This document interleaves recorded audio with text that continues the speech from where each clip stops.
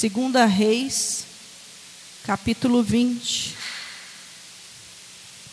Nós vamos falar um pouquinho hoje sobre Ezequias. Aleluias. Segunda Reis, capítulo 20. Vamos falar um pouquinho sobre Ezequias. Amém? Nós vamos ler do 2 até o 5. Amém? Está escrito assim: Então virou o rosto para a parede e orou ao Senhor, dizendo: Ah, Senhor, se servido de te lembrar de que andei diante de ti em verdade e com o coração perfeito, e fiz o que era reto aos teus olhos. E chorou Ezequias muitíssimo. E sucedeu, pois, que não havendo Isaías ainda saído do meio do pátio, veio a ele a palavra do Senhor, dizendo: Volta e dize a Ezequias, chefe do meu povo, assim diz o Senhor, Deus de Davi, teu pai: ouvi a tua oração e vi as tuas lágrimas, e eis que eu te sararei. Ao terceiro dia subirás à casa do Senhor. Amém? Feche os teus olhos, Senhor. Aqui está a tua palavra, Senhor. Todo louvor, honra e glória seja dada a ti, Senhor.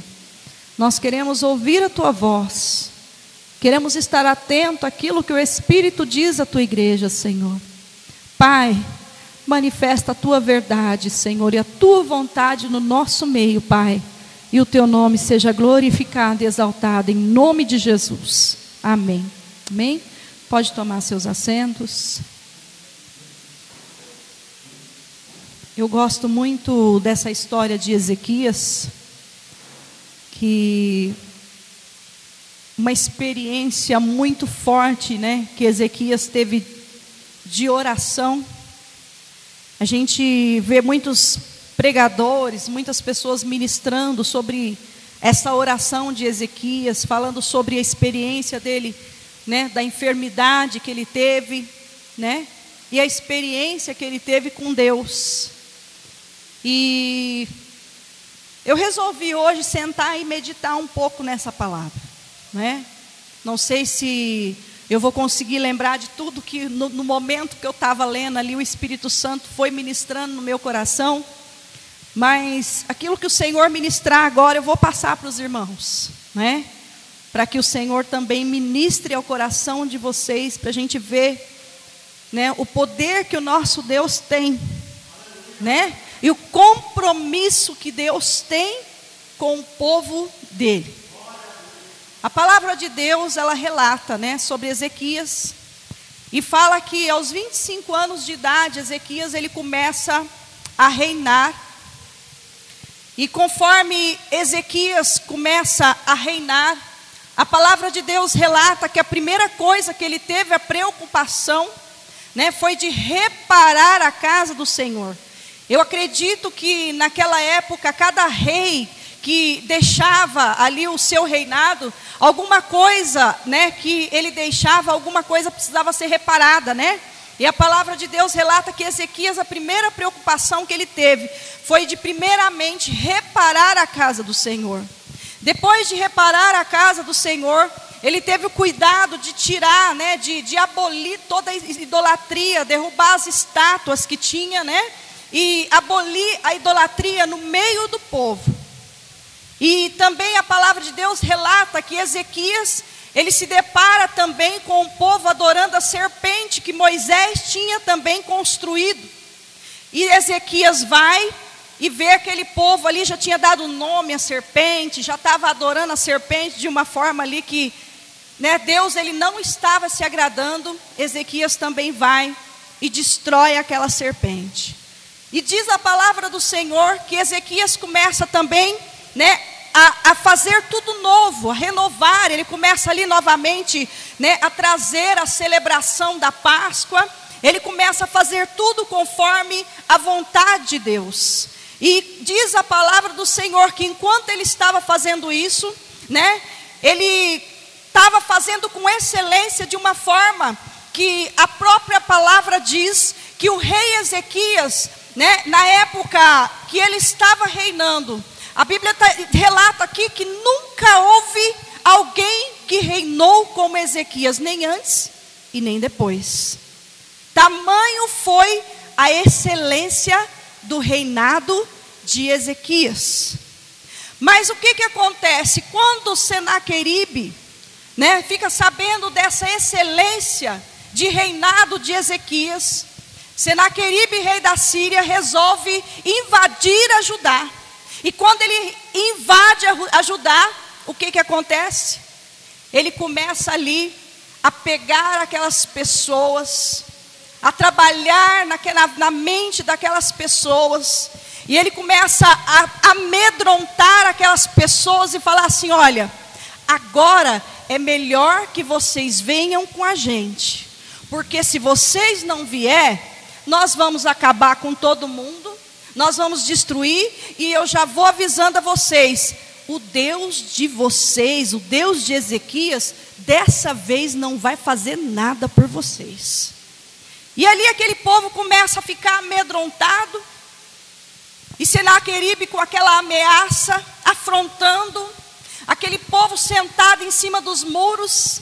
Imagina a opressão que aquele povo viveu durante esse tempo, né? O povo de Judá viveu essa opressão logo após um tempo tão maravilhoso, um tempo de obediência a Deus, né? Um tempo de reverência ao Senhor. Eles começam a sofrer aquela afronta, e o que acontece? Quando Ezequias toma o conhecimento, a primeira ação que Ezequias teve foi se dobrar diante do Senhor, foi de dobrar os joelhos e começar a falar com Deus, e começou a contar tudo ao Senhor, aquilo que estava ocorrendo. E diz a palavra do Senhor que imediatamente o Senhor ouviu a oração de Ezequias e manda o profeta Isaías para socorrer Ezequias. Sabe, eu comecei a prestar atenção nesses detalhes que Deus fez. Foi uma situação assim, né, de afronta tão grande, mas a palavra de Deus, né, ela garante a vitória para os filhos de Deus. A palavra de Deus, ela garante a vitória quando nós clamamos ao Senhor. O Senhor, Ele costuma ouvir as nossas orações.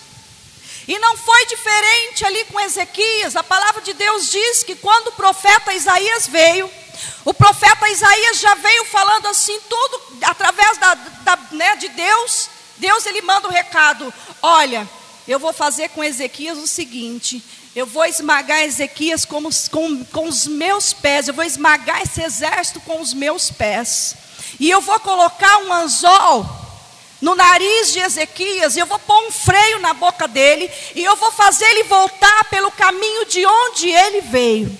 Eu quero dizer para você nesta noite, irmãos, ainda que você esteja sofrendo muitas vezes afronta, ainda que você esteja sofrendo muitas vezes provações que você acha que não vai ter fim, o Senhor está no controle a partir do momento que nós clamamos.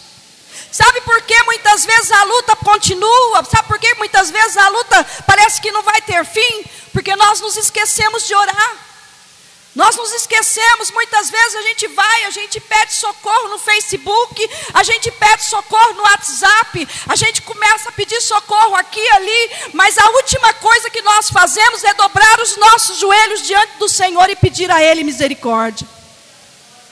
E diz a palavra do Senhor que Ezequias, ele temeu muito a afronta que estava ocorrendo, e quando ele teme aquela afronta, o Senhor, ele vai e ele fala a Ezequias: olha, eu vou livrar você, porque eu ouvi as tuas orações. Irmão, sabe esses detalhes, quando Deus fala assim, que ouviu a nossa oração? É uma coisa tão linda, tão íntima. É uma coisa tão poderosa, porque a gente às vezes olha para nós, a gente se acha tão pequenininho, né? A gente fala, mas eu, uma pessoa assim falha, errante, pecador, Deus ouve a minha oração, Deus contempla o meu clamor, Deus vê a minha lágrima. Como é que pode um negócio desse? O Senhor, Ele ouve o teu clamor, Ele ouve a tua lágrima, Ele vê a tua lágrima, Ele vê a tua oração. Todas as vezes que você clamar o nome dEle, Ele está prontinho para te atender. Mas nós precisamos pegar o hábito de orar, irmãos. Eu não sei quem falou aqui outro dia, se foi o pastor Mateus, não lembro quem foi que falou aqui de igreja primitiva. Irmãos, um culto de igreja primitiva, quem passava na rua gritava assim, olha lá o bando de louco. Sabe o que? Quem passava na porta de uma igreja, na igreja primitiva, sabe o que fazia? Glorificava a Deus. Ainda que zombando, mas glorificava, sabe por quê? Porque era rajada de glória, era rajada de aleluia. Hoje em dia nem isso sequer a gente ouve dentro da igreja mais. Nós estamos nos acomodando cada vez mais, irmãos. Nós estamos deixando as coisas, né? A gente está deixando de clamar, a gente está deixando de orar, está deixando de glorificar. E nós precisamos começar a voltar, buscar a face do Senhor, da forma que a gente buscava. Nós precisamos começar a buscar novamente a face do Senhor. E o que me chama a atenção nessa passagem aqui, que quando Ezequias, antes dele fazer essa oração, ele começa a olhar, né? E ele teme. Quantas vezes, irmãos, nós tememos os nossos inimigos? Eu não estou falando de inimigo de carne e sangue, não, irmãos. Eu estou falando do inimigo, né? Que a Bíblia diz que a nossa luta não é contra carne e sangue. A nossa luta, ela é contra os principados, as potestades que atuam nas regiões celestiais. Então, muitas vezes, irmãos, nós não estamos prestando atenção no que está acontecendo. E sabe, naquele momento que Senaqueribe chega perto de Ezequias, Ezequias temeu tanto que Ezequias falou assim, olha para ele, peraí, o que você quer? Que eu vou fazer para você, o que você quer? O que eu posso fazer? Ezequias falou, o Senaqueribe falou, eu quero ouro, eu quero prata. E Ezequias, sabe o que ele faz? Ele começa a juntar. Ele começa a buscar ali na casa dele, no palácio. Ele começa a buscar ali na casa do Senhor. Ele começa a limpar e tirar todo aquele ouro. Porque ele tinha falado para ele, eu quero tanto.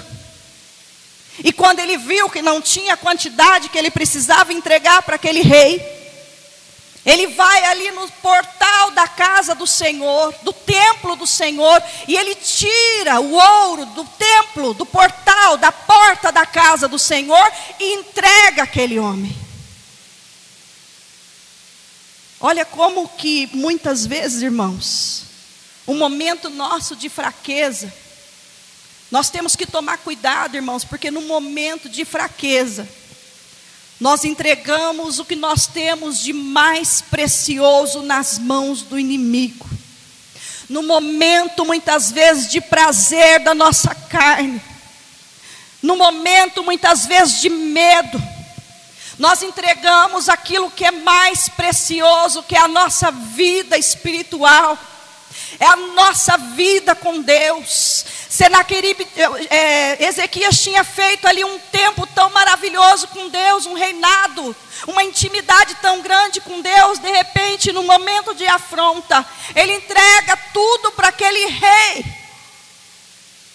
Mas mesmo assim, a palavra do Senhor diz que ele orou e que o Senhor atendeu o clamor dele.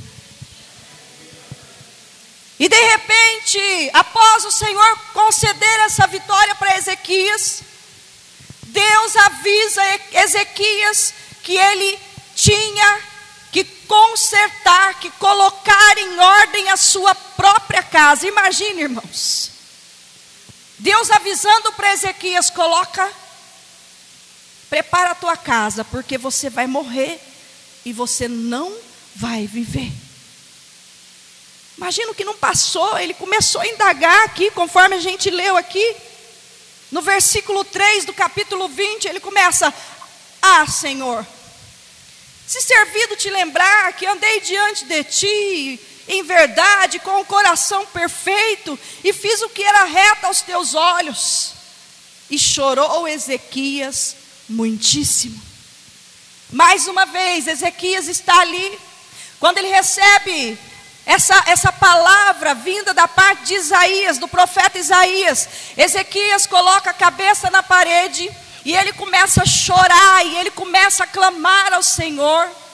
E é tão interessante, é tão maravilhoso, que Isaías entregou a profecia, e quando Isaías estava indo embora, a palavra de Deus relata que ele estava no pátio. Deus fala para Isaías: volta.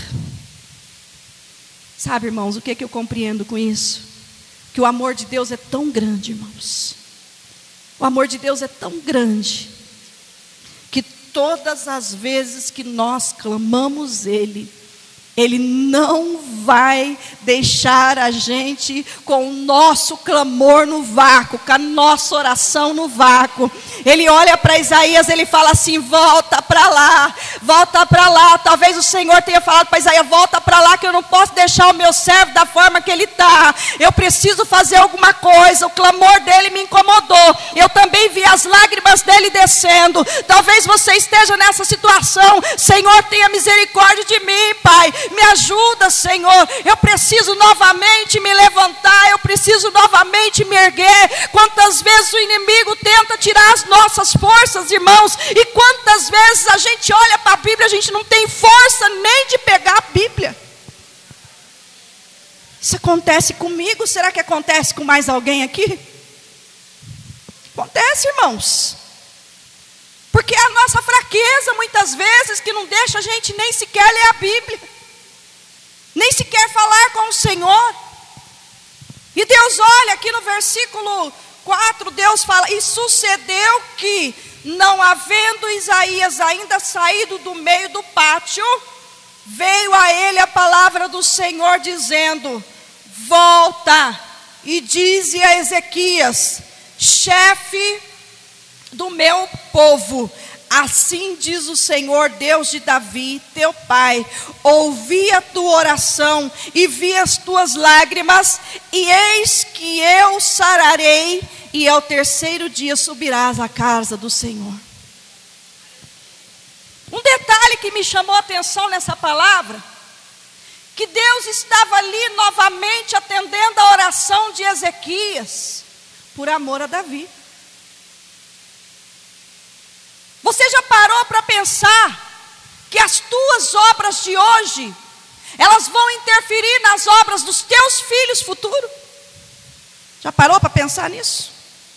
O que você faz hoje? Porque o Senhor diz assim, olha, lá no livro do Êxodo lá, Ele diz assim, olha, visitarei da terceira, Êxodo capítulo 20, a partir do versículo, se eu não me engano, 3, 4, 5.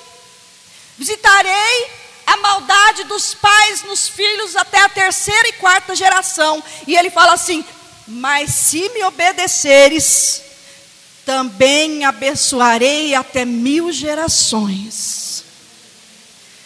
E o que a gente pode ver aqui, que Ezequias estava sendo ouvido pelo Senhor.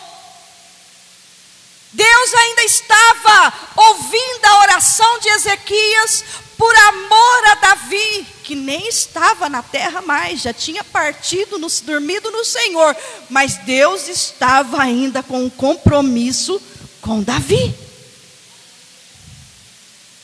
Vale a pena, irmãos, nós sermos fiéis ao Senhor, vale a pena nós pagarmos o preço, vale a pena, porque esse Deus que nós servimos é um Deus poderoso. Quando Deus vai e fala assim, olha, você vai ser curado, né? A Bíblia não relata, a Bíblia só fala assim que foi colocado, eram umas chagas, a Bíblia relata como chagas. A gente não sabe que tipo de doença que era, mas aqui fala que era doença mortal, que Ezequias tinha cometido tumores mortais externos no corpo. E aqui o Senhor manda Ezequias fazer uma pasta de figo e colocar naqueles tumores, e conforme Ezequias colocou a pasta de figo naqueles tumores, Ezequias foi totalmente curado. Mas o que me chama a atenção, além disso, porque a gente vê essa palavra até aqui, e a gente começa a observar o que Ezequias foi fazer para frente, o que ele ainda fez para o Senhor. E a gente começa a observar, a partir do versículo 12 aqui, a gente começa a ver que o rei da Babilônia, ele manda o filho dele para a casa de Ezequias. Ele envia cartas para ele, e ele também envia um presente. Ezequias, no auge daquela cura, naquela alegria que ele estava de ter sido curado, sabe o que acontece? Recebe aquele homem com toda a alegria. E ele estava tão alegre, que ele começa a mostrar tudo para aquele homem. Ezequias, sem perceber, deixa o inimigo entrar dentro da casa dele. E quando ele, sem perceber, começa a mostrar tudo que ele tinha, todas essas riquezas, as riquezas do templo do Senhor, as riquezas da sua casa, do seu, não sei se era palhaço, o que ele tinha, mas ele começa a mostrar ali para ele todos os seus armamentos. Ezequias está feliz demais. Cuidado com a sua felicidade, cuidado com para quem você conta a sua felicidade. Às vezes você pode estar compartilhando a sua felicidade com seu pior inimigo e você não sabe. Foi o que aconteceu com Ezequias. Às vezes você está confiando no seu pior inimigo e você não sabe. E sabe o que aconteceu? Deus fala assim, mas esse povo, né? Imagina o Senhor olhando lá do céu e falando assim, mas esse povo dá trabalho. O povinho que dá trabalho aos crentes. Mas eu os amo. Né? Ele olha para mim e fala, mas você dá trabalho, hein? Mas eu te amo, o que é que eu posso fazer? Os nossos filhos são assim, né? Nossos filhos dão trabalho. Dá trabalho, apronta.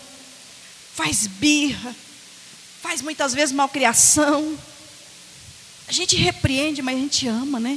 A gente não bota para fora e não fala, vai embora, some daqui. A gente não faz isso, porque a gente ama. E Jesus falou assim que nós somos maus. E nós sabemos dar coisas boas para os nossos filhos. E quanto mais o nosso Pai Celestial, de repente, o Senhor manda Isaías ir ter com Ezequias novamente. E o Senhor avisa para Ezequias que tudo que ele tinha mostrado para o inimigo. E que o inimigo ia levar tudo cativo que ele tinha mostrado para o poder babilônico. Irmãos, o Senhor, Ele está falando aqui na palavra dEle. Ele vai te responder todas as vezes que você orar. Ele vai estar pronto para te ouvir. Mas tome cuidado. Vigia nas suas fraquezas e vigia também nas suas alegrias na hora da tua vitória. Porque talvez no momento da tua fraqueza, né, a própria palavra do Senhor, ela diz assim, que quando nós estamos fracos, aí que nós estamos fortes. Mas também nós temos que tomar cuidado, porque no momento da nossa alegria nós nos esquecemos de orar. Nós nos esquecemos até mesmo de quem nos deu a vitória. Eu não acredito que Ezequias tenha esquecido de quem deu a vitória, mas ele queria agradar aquele que havia lhe levado um presente. E no momento que ele recebeu aquele homem, ele estava assinando a sentença da sua derrota. Nós temos que tomar cuidado, irmãos. Nós temos que tomar cuidado. Porque a Bíblia diz assim, irmãos, que o mundo jaz no maligno. E que maldito é o homem que confia no homem. E muitas vezes, irmãos, nós estamos ainda nos tempos de hoje, achando que as pessoas que não têm Deus são boazinhas. Nós ainda estamos achando que nós ainda podemos fazer alguma coisa, que nós ainda vamos conseguir alguma coisa. Irmãos, nós precisamos compreender que se nós queremos viver uma vida com Deus, nós temos que ser separados. Não é tempo mais de nós nos misturarmos com o mundo e achar que está tudo certo, que está tudo legal, que está tudo ok.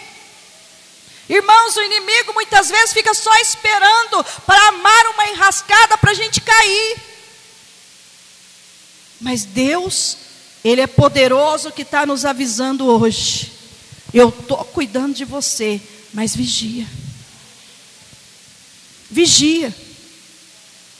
Cuidado para quem você tem contado as tuas bênçãos, as tuas vitórias.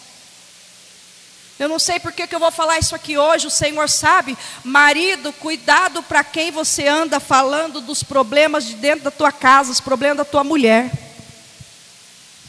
Mulher, cuidado para quem você anda colocando defeito no seu marido, viu? Cuidado. Porque o diabo, ele não brinca de ser diabo.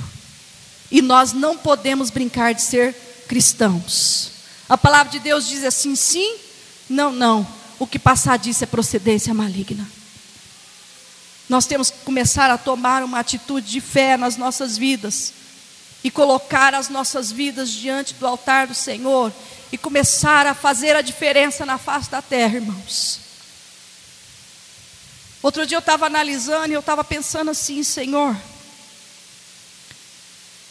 A palavra no livro de Salmos 91. Aquela passagem, né? 1000 cairão ao teu lado, 10.000 à tua direita, mas tu não serás atingido. Sabe, irmãos, eu estava observando isso e eu estava pensando assim, Senhor, até que ponto nós estamos olhando, né, para o sacrifício que Jesus fez na cruz do Calvário? Até que ponto nós estamos honrando a nossa fé em Cristo Jesus?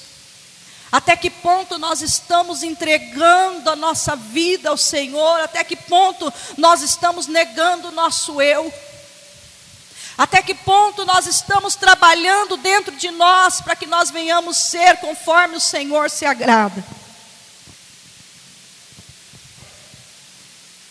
A gente às vezes pensa assim, não, imagina, quem vai se preocupar comigo, né? Quem vai?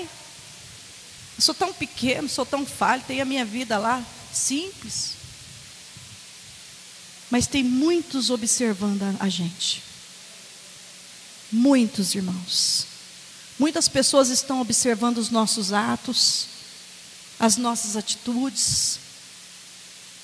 Muitos estão prestes, doidos para ver a gente cair, para ver a gente fraquejar, para ver a gente falar alguma coisa que não condiz com a nossa vida cristã.